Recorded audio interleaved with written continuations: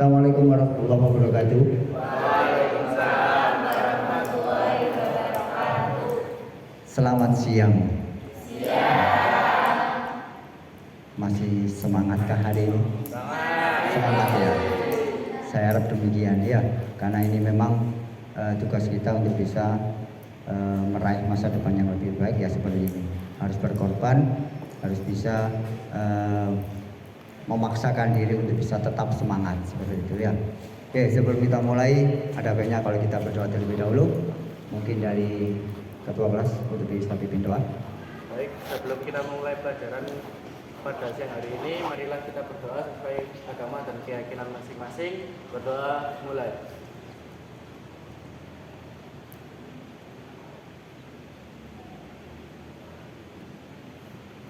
Berdoa dicukupkan. Oke, terima kasih. Seperti biasa, saya pasti setelah doa pasti akan mengetahui apakah hari ini ada yang tidak masuk. Ada. Ada? Ya. Siapa? Maisa. Oh, Maisa. Keterangannya apa?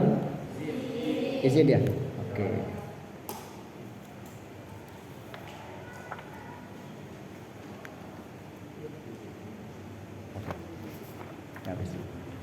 Oke, hari ini kita akan belajar terkait dengan jenis-jenis sistem pembayaran.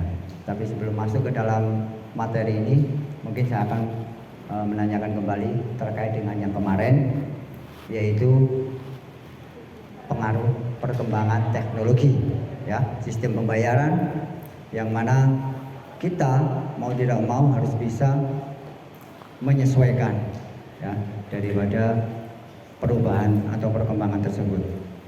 Ada yang mungkin mau menjelaskan? Ada yang mau menjelaskan? Oke.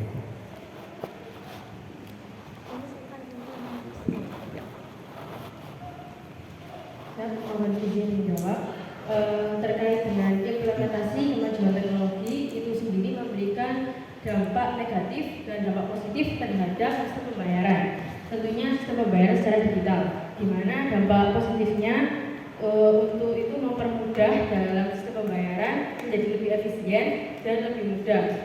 Kita tidak perlu membawa uang sebanyak-banyaknya untuk melakukan pembayaran. Kita juga bisa melakukan pembayaran dengan sistem jarak jauh.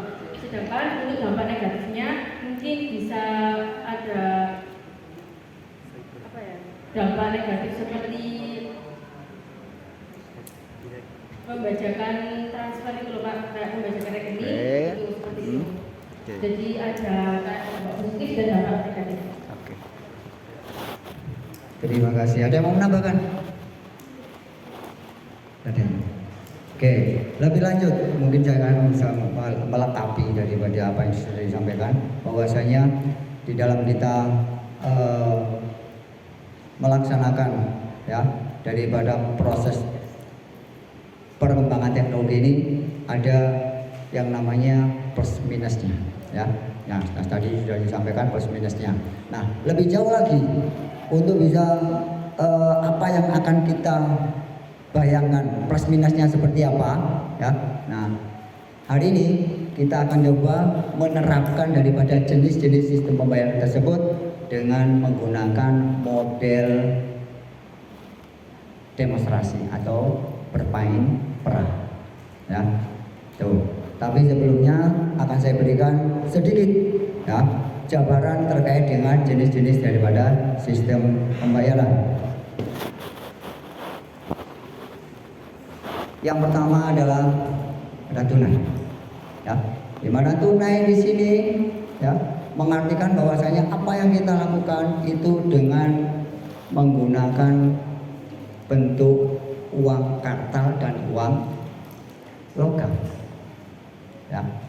Jadi ketika kita melakukan transaksi, maka kita yang akan kita bawa adalah uang kartal dan uang logam, ya, gitu ya. Tuh, terkait dengan pemahaman apa itu uang tunai, mungkin di situ sudah kita jabarkan, ya. Mungkin bisa kita kita sampaikan meskipun hanya sebatas, tapi nanti kedepannya sampai sendiri yang akan menjabarkan melalui adegan peran tadi, gitu ya. Terkait dengan kerugian, kelebihannya itulah kalau kita pakai menggunakan sistem pembayaran tunai. Ya. Kemudian yang kedua, nanti kita kasih. Nah, ada transfer bank. Nah, mungkin dari sampai sudah pernah melakukan transfer bank seperti itu ya. Ya, mulai dari ke teman, ke saudara ataupun ke pembeli seperti itu ya. Nah, disitulah ada yang namanya transfer bank, di mana transfer bank punya kelebihan relatif, ada kata kutip relatif aman. Jadi ada kemungkinan tidak aman seperti itu. Ya, kata-kata relatif kita garis bawah. Relatif itu berarti belum tentu aman 100%. Ya. Kemudian cocok untuk transaksi besar. Dikatakan transaksi besar kalau sampean beli sesuatu dengan harga 700 juta, 500 juta, 100 juta. Nah, cocok kalau pakai harus menggunakan transfer. Seperti itu. Untuk kerugiannya, nah, mungkin bisa Anda sampai bisa rasakan sendiri. Contoh sederhana, contoh kalau kita beli di Shopee Lazada gitu ya, ada biaya transfer, biaya ongkir, biaya pengamanan, biaya admin, terus apa lagi?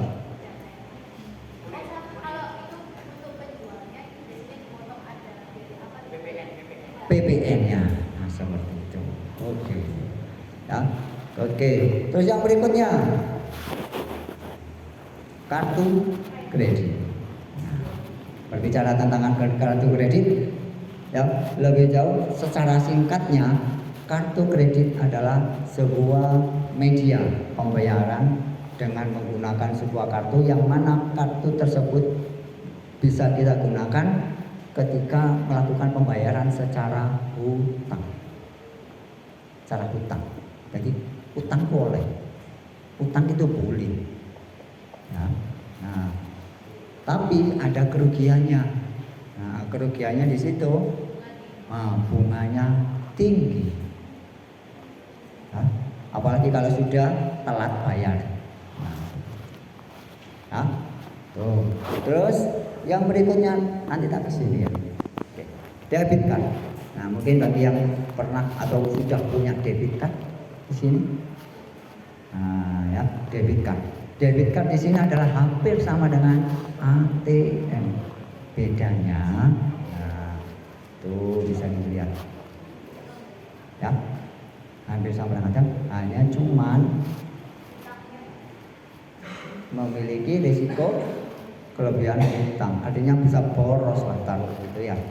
Murah, tidak bisa boros, tidak bisa boros, praktis. Artinya sesuai dengan kapasitas yang ada pada isi rekening kita. Nah, limit istilahnya kalau orang mengatakan limit seperti itu ya. Kerugiannya tidak bisa dibuat kredit. Kalau sudah habis ya sudah habis. Mau beli apapun kita tidak akan bisa. Ya, berikutnya ada e-wallet. Mungkin yang lewat sudah pernah itu sampai punya di sini ya. Mulai dari Dana, GoPay, OVO, Shopee, Link aja, terus apa lagi? PayPal. Ya, seperti itu. Dan masih banyak macamnya ya. Ya, itu semua punya kriteria dan ketentuan persyaratan tersendiri ya di dalam penggunaannya. Kalaupun misal kelebihannya cepat, praktis, semua mengatakan praktis. Memang praktis karena apa? Kita tunjukkan hanya sebatas sebuah kode di situ. Dikatakan praktis, ya, cepatnya seperti itu. Nah, ini ada cashback. Nah, ya, ada cashbacknya, bonus. Paling juga tidak terlalu banyak gitu ya. Oke, lanjut yang berikutnya. Ada cek. Cek di sini sebuah instrumen pembayaran yang mana instrumen pembayarannya diterbitkan oleh bank yang bersangkutan. Ya, artinya bersangkutan yang kita punya akses ke sana, punya jadi nasabah di sana. Gitu ya. Kalau tidak punya atau tidak jadi nasabah, otomatis sampai juga tidak bisa punya atau bisa menerbitkan sebuah cek yang diberikan oleh bank. Dan cek itu sendiri, nah itu diberikan ketika limitnya itu sudah sesuai dengan persyaratan. Ya. Berapa persyaratannya? Bergantung dari bank itu sendiri. Bisa jadi minimal 50 juta. Salah seperti itu. Ya, bergantung dari ketentuan. Berikutnya yang giro. Nah, giro. Ya. Untuk giro, nah, dikatakan instrumen pembayaran antar bank, tapi hampir sama, ya, hampir sama dengan yang tadi. Bedanya cuma ini untuk bisnis. Jadi sama bisa mengulur waktu pembayaran, punya jeda. Hari ini ditagih, ya wis nanti 3 hari ya bayarnya, ditulis di situ sesuai tanggalnya 3 hari. Jadi tidak harus sekarang hari. Ya, garis besarnya seperti itu. Nanti penerapannya ada di sampean. Ya, bagaimana garis besarnya juga tambahan anunya juga ada di sampean. Kemudian, nah ini Bitcoin. Ya, Bitcoin dan cryptocurrency. Nah, ini sudah mulai merambah pada generasi yang sekarang. Sudah mulai nyoba-nyoba Bitcoin sama cryptocurrency. Nah, lebih jauhnya nanti bisa dikembangkan dalam model pembelajaran nanti. Ya. Kemudian yang terakhir, nah biaya tertanggung. Kira-kira modelnya seperti apakah? Biaya tertanggung. Ayo. Ini sudah pernah sampai lakukan dan tanpa sadar sudah pernah ngalam. COD.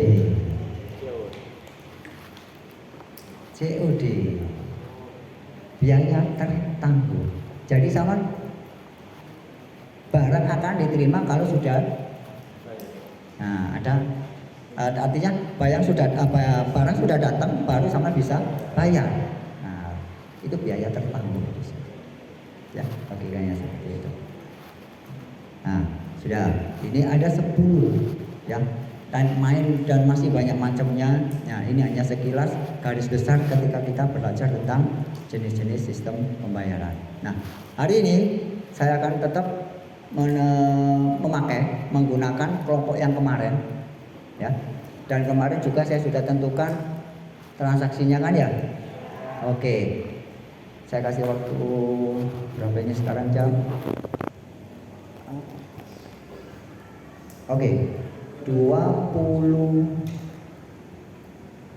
menit untuk bisa berdiskusi sebentar terkait dengan bagaimana nanti menerapkan jenis-jenis aplikasi sistem pembayaran sesuai dengan yang kemarin sudah kita sepakati.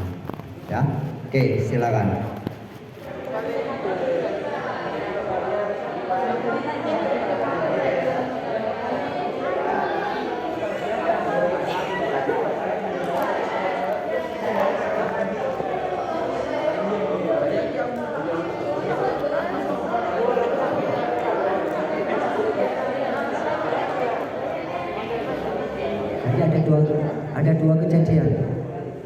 Ada dua kejadian yang bisa dilakukan untuk bisa mengangkat daripada karakter transfer tadi. Ya, jadi satunya kuliah, satunya beli gitu. Boleh ya? Oh, berarti ada 2 kegiatan kayak transfer pas waktu kuliah sama jual beli. Iya. Nanti akan kita tahu adakah perbedaan di sana. Adakah perbedaan di sana?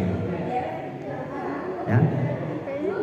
Nah, makanya itu nanti bisa sama sebutkan nanti di akhir. Dijelaskan ya. Gitu. Jadi ada kejadian itu tidak disimpulkan dalam satu masalah, cuma nanti bisa 2 masalah, 3 masalah, atau 3 kejadian. Oke? Ya, bisa ya. Oke. Bisa Pak. Diusahakan Pak. Oke. Ini nanti saya harus memanggil acak ya, dari setiap kelompok ada 6 kelompok di sini yang nantinya akan melakukan presentasi terlebih dahulu ya. Jadi saya mau mengambil dari kelompoknya Sarif dulu, Hidayat ya, dari Hidayatnya dulu ya. Nggak apa-apa, ayo dari Hidayatnya dulu wes. Pakai tunai kan? Pakai tunai. Transaksinya pakai e-wallet. Tunai, oke, tunai. Silakan.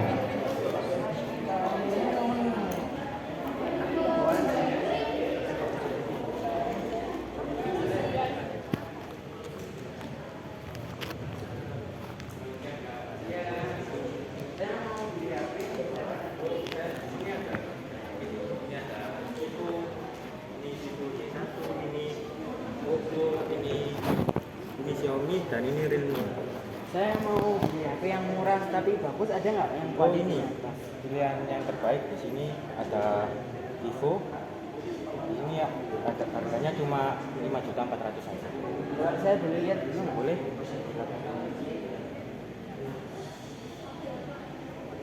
Oke deh, boleh deh. Ya. Mau bayar pakai apa? Sini bisa pakai apa aja? Ini ada Dana, ada Kris, ada OVO juga.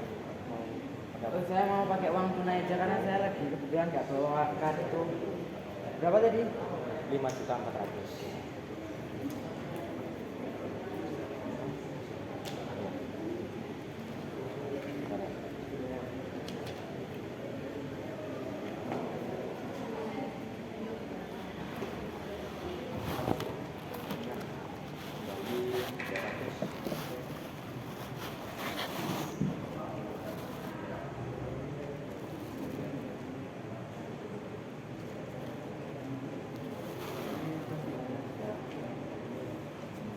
Oh iya, ada kotaknya nggak? Nggak ada, baru buka. Oke, terima kasih ya. Terima kasih Kak. Ya.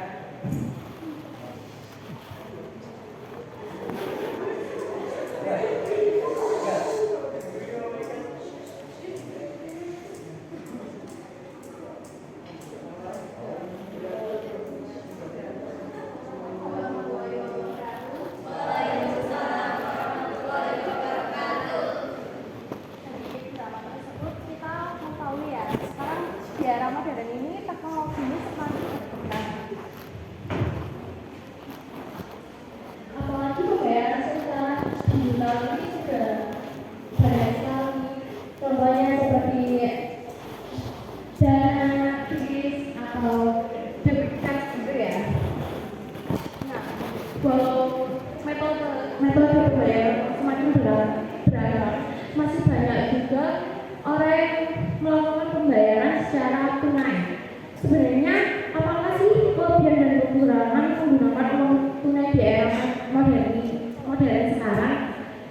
Akan dijelaskan oleh rekan saya, Kalista. Kelebihan menggunakan uang tunai dalam zaman modern tentunya adalah transaksi menjadi lebih mudah. Jika dilihat dari situasi saat ini, sebenarnya sistem tunai masih menjadi metode utama pembayaran. Hingga saat ini, sistem cashless belum bisa diterapkan secara 100% di Indonesia. Dikarenakan persebaran teknologi di Indonesia belum sama seperti di daerah pegunungan, daerah terpencil, itu kan masih belum rata penggunaan teknologinya, jadi belum bisa 100% menggunakan cashless di Indonesia. Yang kedua, mengurangi resiko hutang. Kelebihan dari uang tunai selanjutnya adalah mengatasi dan mengurangi resiko terjerat hutang. Pasalnya, ada lebih banyak pilihan berbelanja online dengan kartu kredit dan pay later atau sistem beli sekarang bayar nanti. Jika ditambah dengan godaan promo dan perilaku inklusif, tentu hutang tersebut akan semakin bertambah banyak. Namun, dengan menggunakan uang tunai saja, kamu tidak akan bisa menggunakan pilihan tersebut dan menjaga diri agar tidak semakin menambah hutang.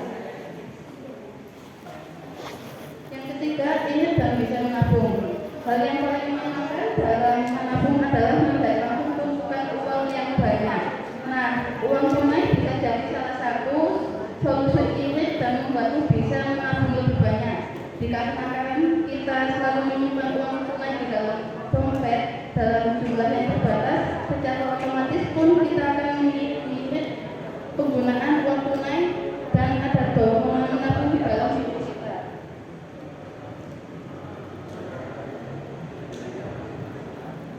Adapun kekurangan dari pembayaran uang tunai, dari beberapa tadi kita bisa itu ya. Untuk nomor satu kekurangannya adalah risiko kriminalitas. Jadi kan tadi Dayan itu membawa banyak uang ya, sampai duitnya itu nggak cukup. Nah itu sebenarnya menarik perhatian si copet untuk ini kan bawa banyak uang, jadi itu kayak rentan banget pencopetan.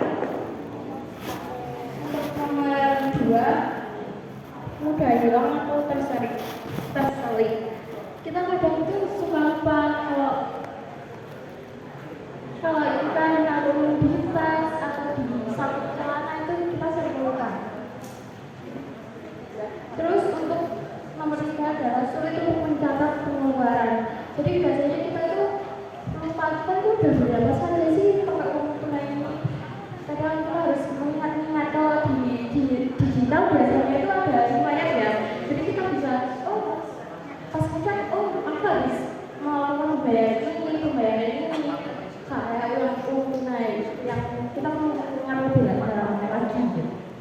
Sekian dari presentasi kami, mohon maaf jika ada kesalahan atau kata yang kurang berkenan. Terima kasih. Wassalamualaikum warahmatullahi wabarakatuh.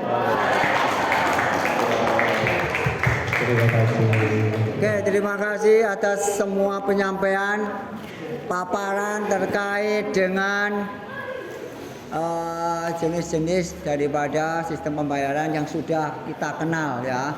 Meskipun ada sebagian yang belum kita pernah lakukan ya, sebagian ya. Tapi paling tidak dari sebagian itu ya sudah kita pernah jalani, sudah kita rasakan betapa bagaimanakah teknologi itu bisa merubah mindset kita ya, merubah mindset kita untuk menjadi lebih berkembang. Bagaimana cara kita untuk bisa menumbuhkan semangat untuk bisa mengikuti perkembangan zaman itu sendiri ya. Terakhir bagi kita ya, yang jadi catatan buat kita adalah dengan adanya perkembangan teknologi itu, harapan kita sama sebagai generasi ya, sebagai generasi yang akan melanjutkan dari perkembangan itu, gunakanlah dengan sebaik mungkin ya, akan apa ada atau apapun yang ada di dalam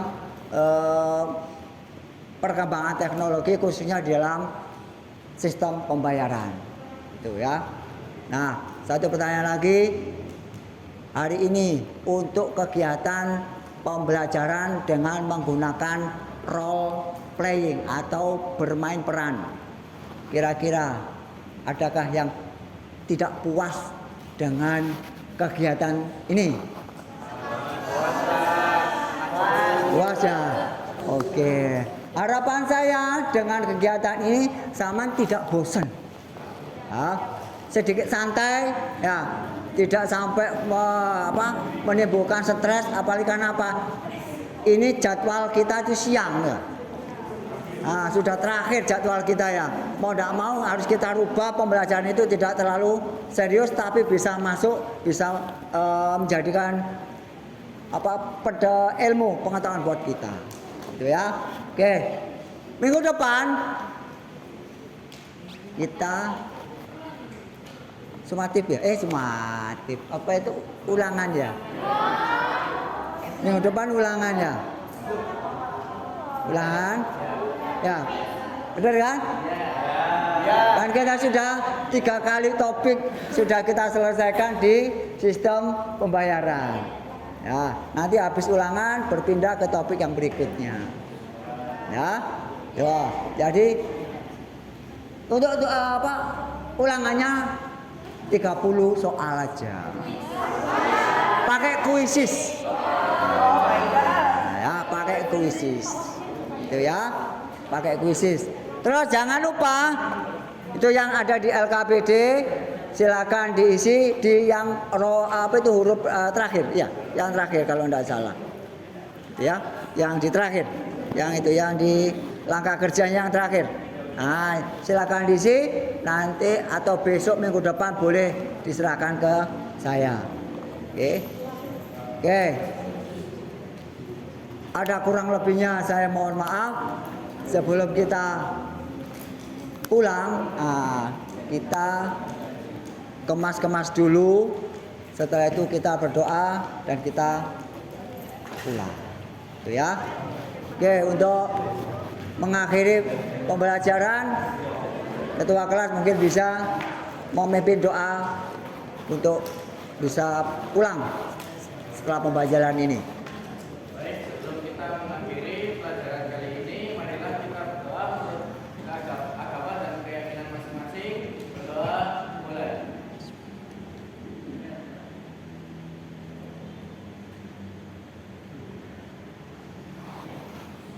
Berdoa dicukupan. Oke, terima kasih. Titip salam buat yang di rumah. Assalamualaikum warahmatullahi wabarakatuh.